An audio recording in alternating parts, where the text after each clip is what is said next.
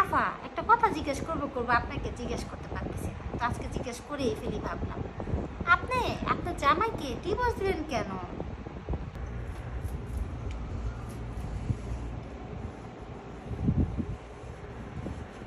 আরে আপা, জানেন না, আগে জামাইরে ডিভোর্স দিন বইরা শাশুড়ি আমারে কাজ করায় কাজ করাইতে আমার জীবনটা শেষ করে ফেলাইলো, তেজপাতা বানাই দিল। হ্যাঁ, তো এখন আপনি কি করেন? এখন আমি কাজই করি, কিন্তু তখন কাজ করলে কি আর শাশুড়ি টেকা দিত? এখন আমি কাজ করলে গরম গরম নোট পাই, টেকা পাই, কাজের মূল্য পাই, বুঝছেন? হ্যাঁ,